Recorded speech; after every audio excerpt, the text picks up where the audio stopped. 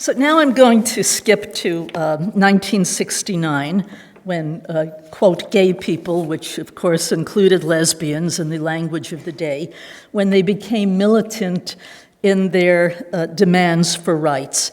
The first militant organization was the Gay Liberation Front in New York City, and then quickly Gay Liberation Front organizations cropped up all over the country.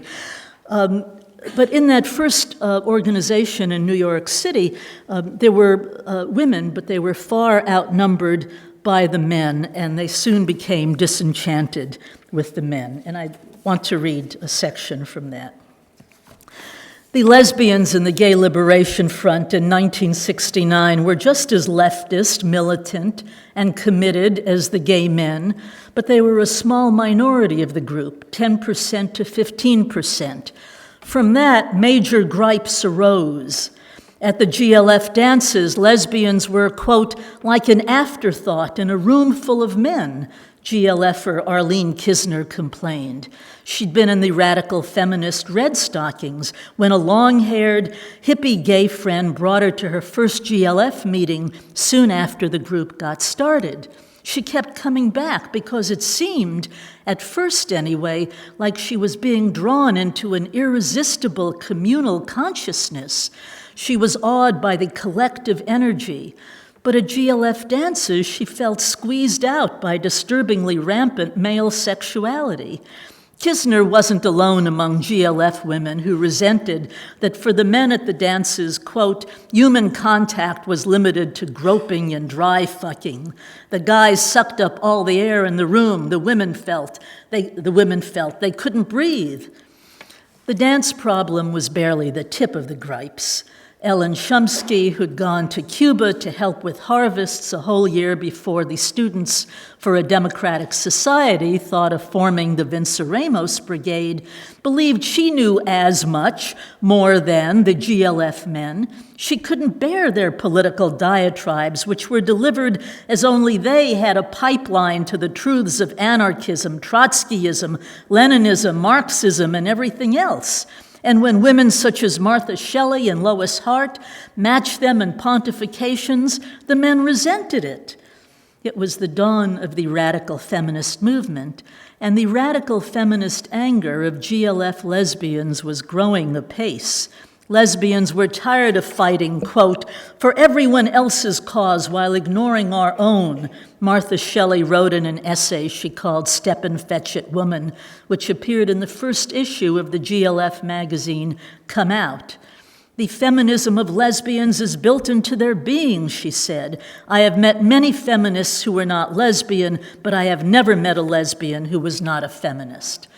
She'd been a founder of GLF, but she concluded that the behavior of GLF men was intolerable to lesbian feminist sensibility.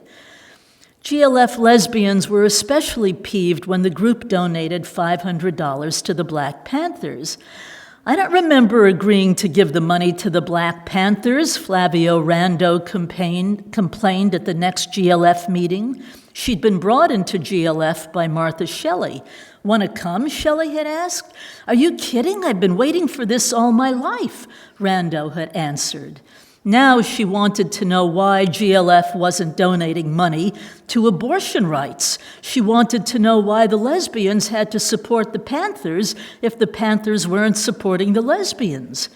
By the time GLF was 6 months old, they concluded that they'd all been radicals long before they hooked up with radical gay men, and they needed to put their radicalism into lesbian issues, women's issues.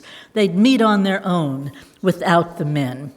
And then I tell the story of the catalyst for those meetings.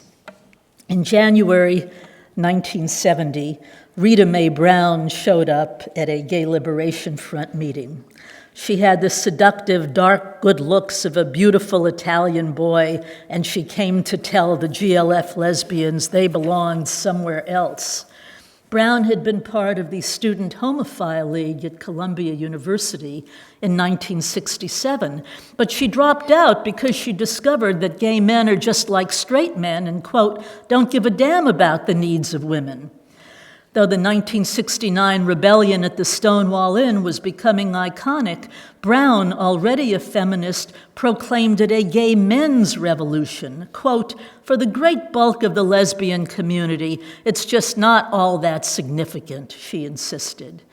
As soon as she'd learned of the National Organization for Women, she found out where the New York group was meeting, and she joined. Her smarts and good looks led to hints by the leadership that she could have a place among them if she played her cards right. But she quit now, too, because it was full of what she called golden girls, stockbrokers, lawyers, art directors, and such. They did give a damn about women's needs, but mostly with regard to job discrimination and the pill. They also gave a damn about what the, quote, white, rich, male heterosexual media found acceptable, which meant they sweated to keep Now's image lesbian-free. Next, Brown found a radical socialist women's group, Red Stockings, but what they gave a damn about were prostitutes and child care for single working mothers. Lesbians were off the radar. She didn't last long in Red Stockings either. By now, she decided she was too tired and too wise to invest more energy on the, quote, straight ladies. That's what brought her to a Gay Liberation Front meeting that night. With her bold rhetorical skills, of which she had no doubt, and her considerable lesbian sex appeal, of which she was even surer, she'd play the Pied Piper. And I interviewed one woman who was there who told me there was energy around her that crackled and sparkled that night. She was very seductive. She dragged the GLF lesbians into an all-lesbian group that was feminist. It would heal the sense of alienation she suffered from the male homophiles and the heterosexual feminists of both the right and the left wings, and it would be good for the lesbians, too. Rita Mae Brown's alluring performance at the first GLF meeting of the new year became GLF lesbians' call to action. The most useful tool to promote radical awareness and constructive anger Brown had learned in Red Stockings was consciousness raising. And now, she announced to GLF, she'd be starting all lesbian consciousness raising groups. Quote, lesbian oppression and homosexual male oppression have less in common than you think, she goaded the women. In consciousness raising groups, they'd learn why, she promised.